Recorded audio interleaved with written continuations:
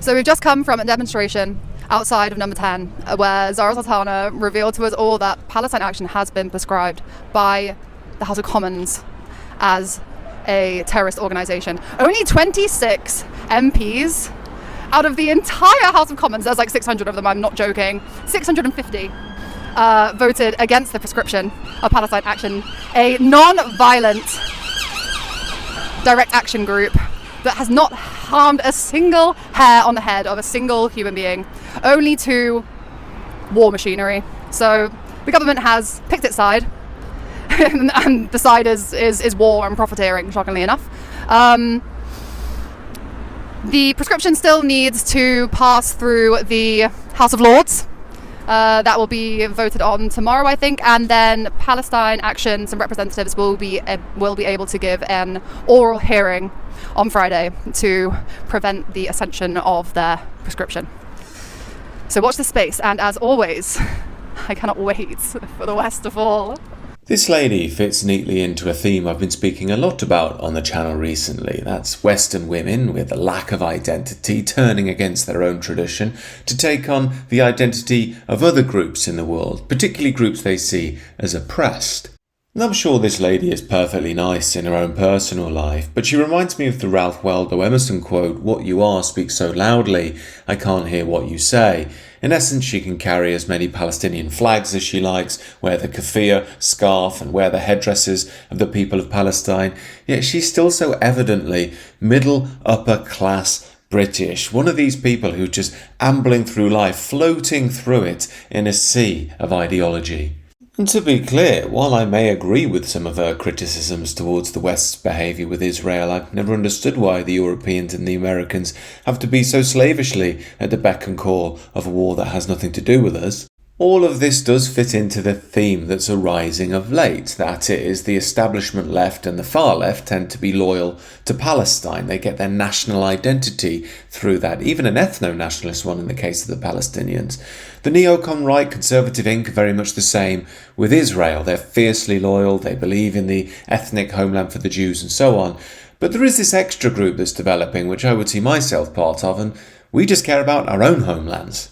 Now that is complete anathema to the liberal system. It's seen as completely unenlightened, as ignorant, as evil. How on earth could you put your own European homelands first? What are you, some sort of sick, twisted bigot? Don't you know you're excluding and othering other groups? And quite frankly, I'm aware of all of that, but I just don't care anymore. I love my country, I love Europe, and I love the people therein. Doesn't mean I hate other people, but they have their own traditions and their own parts of the world, and what they do with that is up to them. Now, I view that as the sensible, sane, and moderate position that's been the case for 99.9% of history, and is the case for every group around the world still today. The 0.1% is, of course, the globalist liberal modernity view. Yet given this weird time we're in, we create women such as this. And it's so funny seeing her in the Palestinian garb because a European looks really shine through. You know, she's got this pixie face and you can picture her in a performance of A Midsummer Night's Dream or in the Lord of the Rings movies in the Shire. Now, I know it's easy to hate on women like this, but I guess I'm such a bigot. I just don't blame women for falling for this crap. I think they're without identity and without guidance. I mean, when she says it's a tragedy that Palestinian Action have been prescribed a terrorist group when they've attacked critical military infrastructure, just shows how brain dead this poor girl is. Now, judging by the names of the people arrested and the accent of this girl in the video, it does tell us these people tend to be upper middle class, sometimes upper class. That often means they've lived a life of luxury. They don't know what the real world is like. They're often resentful towards their rich fathers for their distance, and they've been educated in the left-wing academies. That means they take on these international causes, which they believe are deeply ethical and give their lives meaning. But this is my key point. In the Western world, we've rejected our own tradition, and that leaves us without a sense of an identity for us to coalesce around. There's no dimensions there within of spiritual and personal growth for men or women to embrace. There's nothing that unifies us. And it means that people will just start to shop around the world for a cause that suits them so they can cosplay as Che Guevara. But the key part of this video is what she utters at the end. So watch the space, and as always, I cannot wait for the West to fall. Now I know this is annoying, giggly smile and all, but I'd like to emphasise in this video there's no point getting angry and upset all the time with such lefties. You'll drive yourself mad if you do. I think it's easier to see these people as the lost children of modernity, the people who've been gutted out without identity and filled up by modernist ideology. Now firstly, I think it's safe to say, given she's so pro-Palestine, she probably sees that as part of intersectionality, which means she's going to be pro-LGBTQ and the rest of it. Yet as many people have pointed out before, this isn't exactly coherent. The Palestinians tend to adhere to a very fundamentalist form of Islam. They don't think much of gays and queers and trans whatevers. And many people do point out, well look, how do they bear that contradiction? But you have to understand, they're not viewing this through the actual Palestinian lens. They wear the garb of the Palestinians. They think they're looking at it through the Palestinian lens. But what they're really looking at it through is a modern, Western, liberal lens. Now, I think it's well established on this channel that I have quite socially conservative moral opinions, but I'm quite a hippie when it comes to spirituality deep down.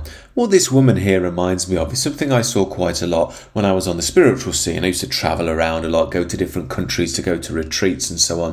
And one thing I used to see a lot in the kind of Eastern flavoured stuff was Western women who'd hit about 40. To be blunt, they'd ridden the cock carousel in London or Paris or New York for 20 years, got tired of it, realised the corporate world's horrible, and decided to get spiritually enlightened. Now don't get me wrong, there was some real spirituality there, you could get real spiritual insights, but I noticed quite quickly that many of the Western women would go over there and don the Indian spiritual garb quite quickly. It became clear in time that they were actually forming a whole new identity that gave them a form of escapism from their real selves. Now, as you might imagine, there tends to be a problem with these women being coerced into sleeping with these old spiritual types. I mean, it's absolutely appalling and tragic, really, but this is the way of the modern world.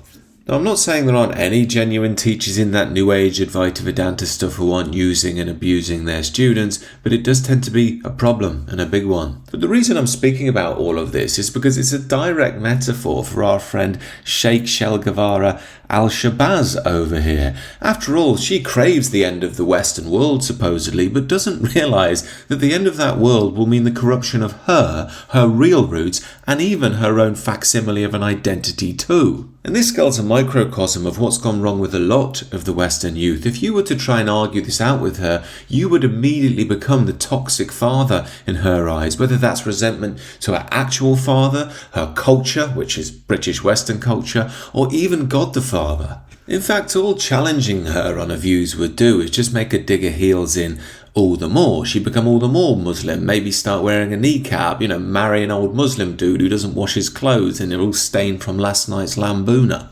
So oddly enough, in a way, I agree that it might be good to see the end of the Western world for this woman and millions more young people like her. Why?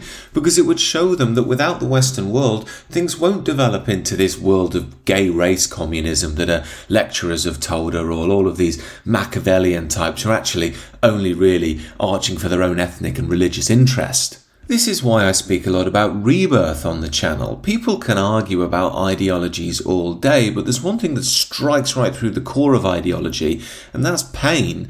Pain doesn't have an ideology, it just is. And I don't want people to go through pain, but if we keep denying reality, we will inevitably experience it. Now, when you're faced with pain in life, whether that's on an individual or collective level, you're faced with two choices. You can let it eat you alive, play the victim, talk about how horrible it is and how cruel the world is, or you can do your best to learn the necessary lessons, see how you've got to evolve to become stronger, and move on. Now, given we've destroyed the walls of Western tradition which kept us stable and safe, we're now going to have to deal with everything that comes in. Pandora's box has been opened and we can't close it. Yes, it will be chaotic and painful, but the silver lining to all of this is that we're going to learn what's true and what's not true. What I believe to be true is that human beings need a strong tradition which gives them a path to the transcendent and a strong identity which gives them ties to nation, history and future. These things aren't about hating other groups. These things create a more ethical, peaceable world that can deal with the brutalities of reality and see a people thrive. So in my view, there's no point getting upset and angry with such people. They're just the lost souls of modernity. I pray that they will come home, but they can only do so in their own time. They certainly won't come round through argumentation. We have now to see through the fall and the rebirth through, and then we stand a real chance in tomorrow. As always, these are my views. Do let me know what you think down below. If you are interested in personal and spiritual transformation, realignment with the tradition, do check out the sister channel, The Sacred Way. It's linked in the description. Other than that, do subscribe to this channel if you're new, and have a great rest of the day.